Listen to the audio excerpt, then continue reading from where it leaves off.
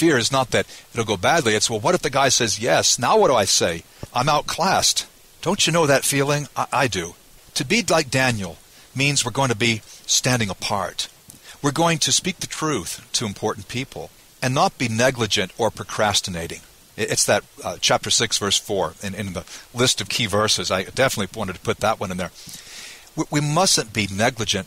I believe Christians should be the first ones considered at work when something important has to be done. And the jobs I've had, I think because I was a Christian in most of them, people would say, well, let's get Doug to do it. They knew I would really try. Not that I would do it perfectly, but be conscientious. We should never be the ones who drift into work late or pretend to work when we're actually otherwise engaged. But being responsible, so we're above reproach, and this makes the gospel more attractive. Being men and women of responsibility. Hey, if you're a student, same thing goes. Remember, we do it for the Lord Christ. He's the one we're serving, Colossians 3:23. To be persons of character, we must learn from the Daniels that the Lord has put into our lives. And most of all, we need to emulate the impeccable character of Jesus Christ. Daniel is a man of prayer, and this is at the heart of his power. And surely there's much for us to learn, and we all have things to change.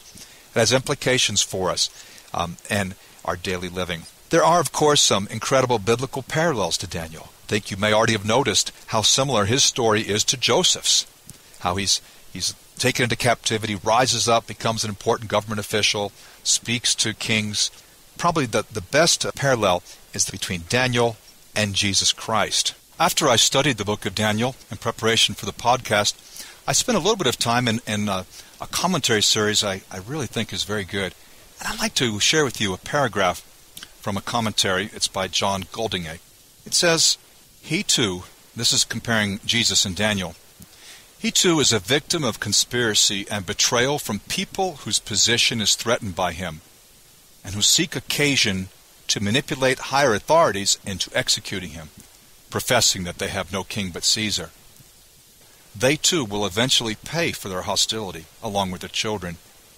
He too is arrested at his customary place of prayer.